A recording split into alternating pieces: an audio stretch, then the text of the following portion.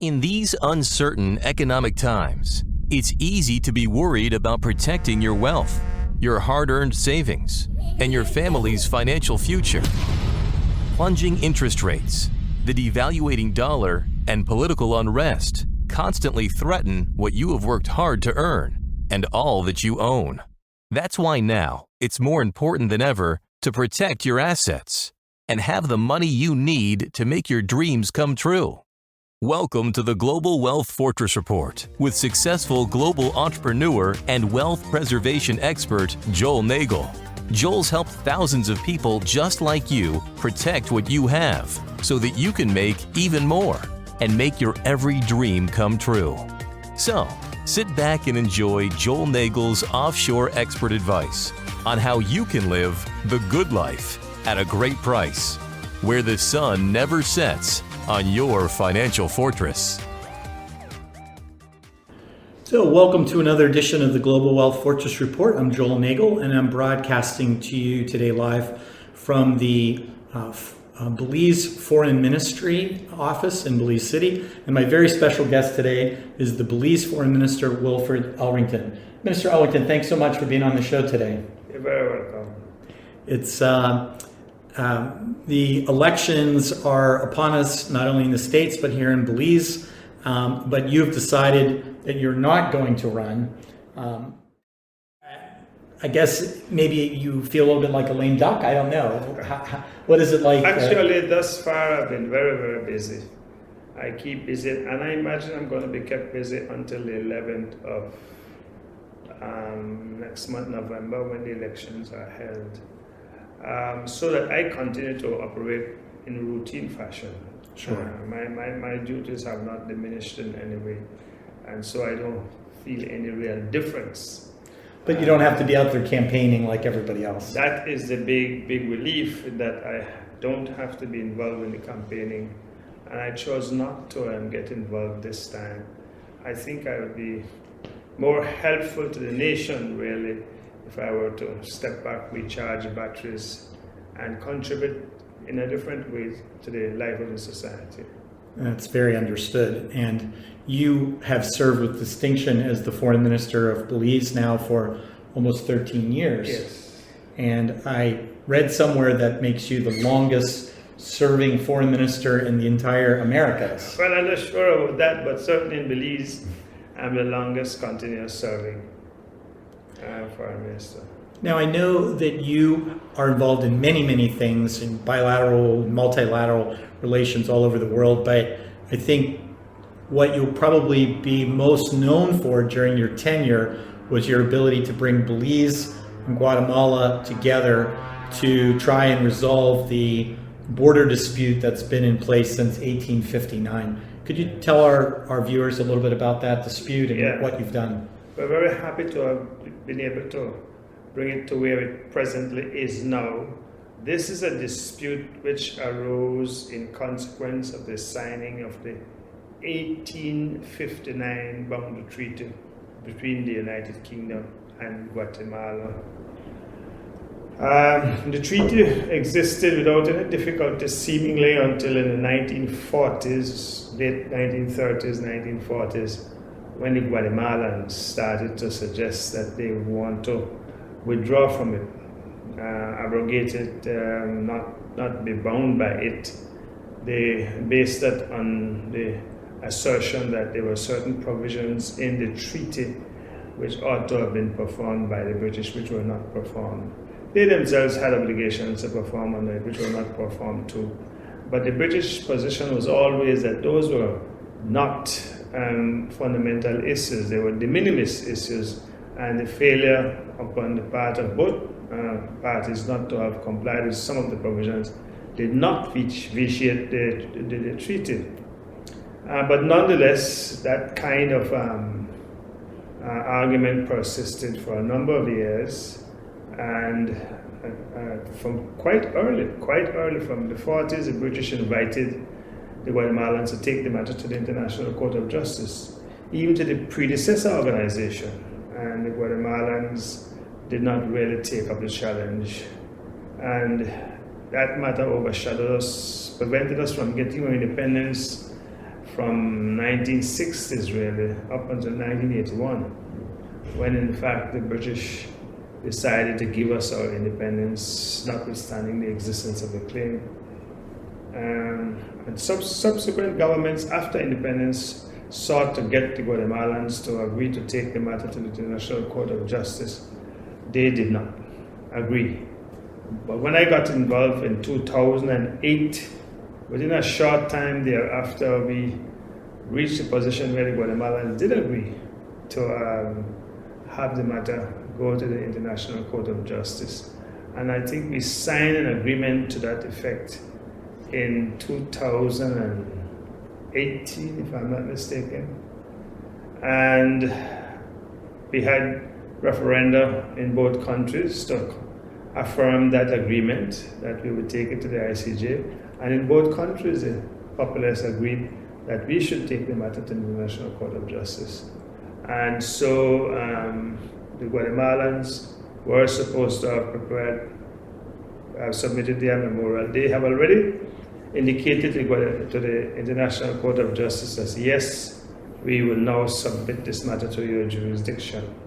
And they were given until the 8th of June of this year to submit their memorial.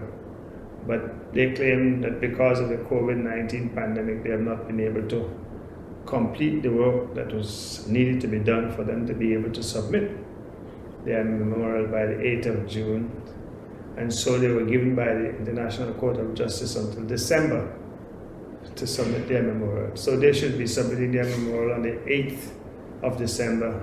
And then we have until June 2022 to respond. And after that, of course, the legal pleadings will continue, and then there will be the oral hearing, and the matter should be concluded, hopefully within the next 4 years or so. That, in essence, is the history of the matter. Well, it's tremendous that you were able to get everybody to the table, because I know in previous attempts, one side was willing, but the other side wasn't. Yeah, so protracted. That has been going on certainly from 1940s, before I was born. Protracted negotiations came to nothing. But fortunately, when I got into office, shortly thereafter, we had a very good Guatemalan Foreign Minister by the name of Honorable Wilfred, and his president, I think his name was Alvaro Cocom, I think so. And they were very, very accommodating. And we were able to persuade them to take the matter to the ICJ. We're very fortunate. We dealt with about 2 or 3 Guatemalan presidents, but they all remained bound to the agreement.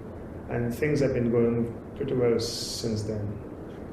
Now, if somebody's looking to live or retire or invest in Belize, should they be concerned or worried about this? I know that one of the Guatemalan claims was that all of Belize belonged to Guatemala.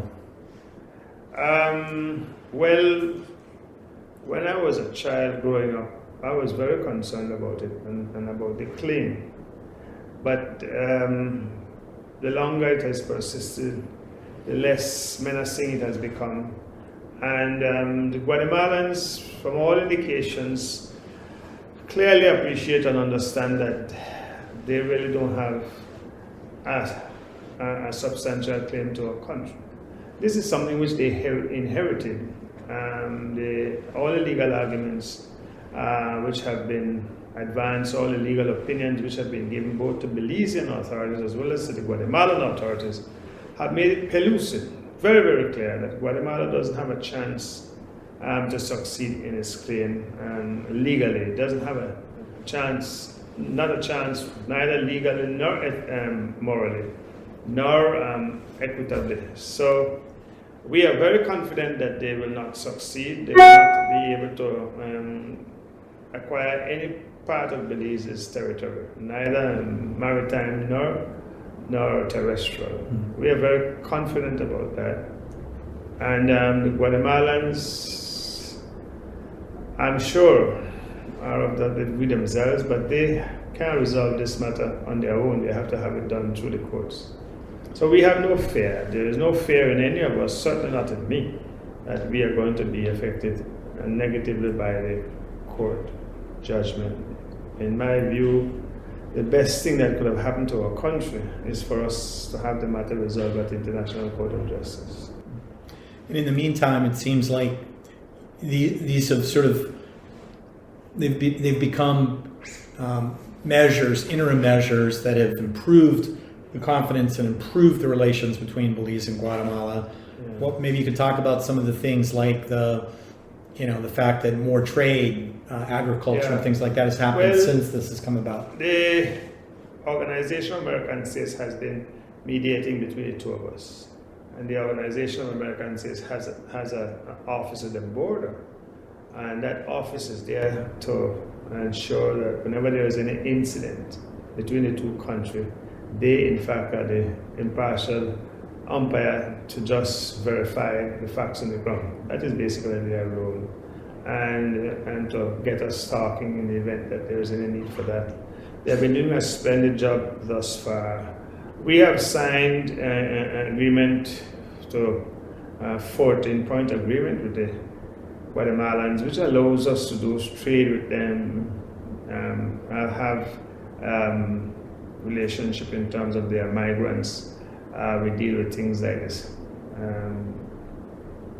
criminal activities involving theft of vehicles and the like, provision relating to schooling of their children, so their Guatemalan children continue to come to Belize and get educated. So we have a very good relationship with them. We have a partial scope agreement, which allows for trade. As a matter of fact, now they're one of our biggest trading partners in the cattle industry. They are buying a lot of the cattle that we have. We have a number of agreements which we are working through with them. The relationship is very, very cordial. We have no real difficulty. I am called often by the Guatemalan Foreign Minister for support on the international sea, and we provide that support without any difficulty. We have no animosity with them at this time. We have a good relationship. From time to time, we have a few of their people coming across and poaching wild animals, and those who want to make farms or milpers on our land. But we sort that out. We have a pretty good protocol to dealing with that kind of situation, which they understand. And so we are working quite well, to my mind, with them thus far. We had a difficulty with them on the southern border, the Sarstoon River, the middle of which is Belize's southern boundary, but both of us are entitled to use the river. From time to time there has been a little bit of discord down there, but that also is being managed very effectively. Our military have to go up that river every month, several times, to reprovision our troops that are stationed in that vicinity, and they do it every month without problem. So we don't have a problem with Guatemala. We have good trading with them, increased trading, and the relationship is quite satisfactory. Now, I would be remiss if I let you go without just asking for a quick update about the COVID-19, particularly for foreign investors, retirees, tourists that want to come to Belize. Could you just maybe clarify where Belize is right now on that front? All right. Fortunately for Belize, the Prime Minister was exceedingly on the mark in appreciating just how serious this pandemic could be and the effects that it could have on Belize. So very early he established joint commissions involving the opposition party to deal with all aspects of the pandemic. Regular meetings are held. The medical people are involved. We listen to our medical experts. We have been doing testing and tracing. We have been doing quarantining. And we have certainly managed to still contain the virus, but it's not easy, largely because of our porous borders with Mexico and Guatemala and border jumpers, people who come into the country from those countries who have, in fact, high incidence of the virus. So our numbers have been going up of late, and we are working on it. We are working on it assiduously. We have doctors from other countries working with us to strengthen our staff. We are working very closely with the Caribbean Public Health Agency, CARFA, that help us. We're working in close collaboration with CARICOM in dealing with it. We also work in close collaboration with PAHO, Pan American Health Organization, and the WHO, World Health Organization. So all these organizations help us to acquire the necessary equipment we need. We also work, thanks to you, very closely with the IAEA in Austria. They are providing us right now with some x-rays, and they have also provided us with other equipment that we have needed. So although the numbers are going up, we continue to work assiduously. Most Belizeans, when you see them on the street, wear masks, and we try to practice social distancing, and we try to practice the quarantining. We had in the early stages complete lockdowns. Those have been relaxed, and the Prime Minister has no hesitancy in locking down parts of the country when the need arises for doing that.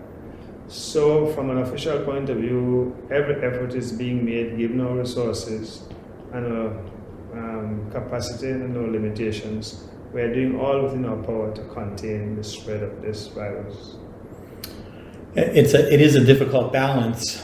You have to contain on the one hand, but then to also open up on the other. Yeah. And I know recently you have opened up Belize back to international tourists. Yeah, we have opened up the international airport. We still have not opened up the land borders because, as I said, but Mexico has a high incidence of the virus, and Guatemala as well, so we've got to be careful with them. So our border with them is closed. They can't come in. As a matter of fact, we're not allowing people as a rule to come in through the borders. We only open up the international airport, and that we're getting flights from North America primarily. But yes, we have to keep the economy going because that is absolutely imperative for a small country like ours. We absolutely have to encourage and induce people to come in and invest. And there are some enterprises that are still going on quite efficiently. We have the agro sector is continuing to operate. We have the call centers, and they are doing quite a good job. They employ a lot of people. Some of our hotels are opening up back. Construction continues apace. Transportation. So most activities are going almost at pre-COVID level. I think the biggest fall off has been in tourism industry, the service sector industry. And we're just about out of time on this segment, but what would you say to someone who sees this, who's interested in maybe coming here for a trip, or a retiree who wants to come and spend the winter this month, in terms of Belize being open? Belize is certainly open to receive the tourists. It's for that reason that, in fact, we opened up the airport, and we have put in every single measure to try to ensure that people can come and remain safe in the country. You will know, Joel, that I am out every single day. I go out early in the morning, I exercise, and I walk the streets of Belize. Most people wear their masks. We fortunately have a very small population so that people are not jammed up together. We have very, very warm weather. We have good warm weather. We have, most days we have breezes, good Caribbean breeze blowing off the sea. So that generally speaking, because of people wear the masks, practice social distancing, and we don't have a crowd, people are pretty healthy and safe. I myself don't have any fear for my own family and myself. We are careful. We do a lot of hand sanitizing, and we wear the masks. And I'm sure that people who come in and act responsibly should have no problem. They should have no problem. You come, especially if you're going to come and spend time out on the Keys and places like that. The hotels are taking serious precaution to make sure that their employees are in good health and that they will not bring the virus to any of the guests. And as I'm saying, the facilities are very open, very airy. There are tourists who have come. I have noticed quite a few divers who have been coming to the country. I have seen that myself because the dock in Fort George, where we walk every morning. And I recently spoke to Mr. Grief from Tropicana. He told me that he saw other tourists coming back. So tourists are coming back, and I haven't heard any of them falling ill or anything like that. So I'm pretty sure that if people should have no problem to come back and to be safe being here. Great. Well, Minister, thank you so much for taking time out of your schedule today. It's been a real pleasure to visit with you, and I hope our viewers enjoyed your presentation about the Guatemala border dispute, a little discussion about coronavirus, and yes, indeed, Belize is open for business. So I hope you'll take this opportunity when you're making your travel plans for this winter to keep Belize, in your thoughts, because it's wide open and you'll be really welcomed. They've really gone through a lot of work to come up with this gold star package to make sure that the places where tourists stay will be safe. So on that note, I want to thank you for joining us today, and we'll see you next time on the Global Wealth Fortress Report. Goodbye. Thanks for joining Joel Nagel and the Global Wealth Fortress Report, a whole new approach to asset protection and estate planning, so that now you can live the good life at a great price, where the sun never sets on your financial fortress.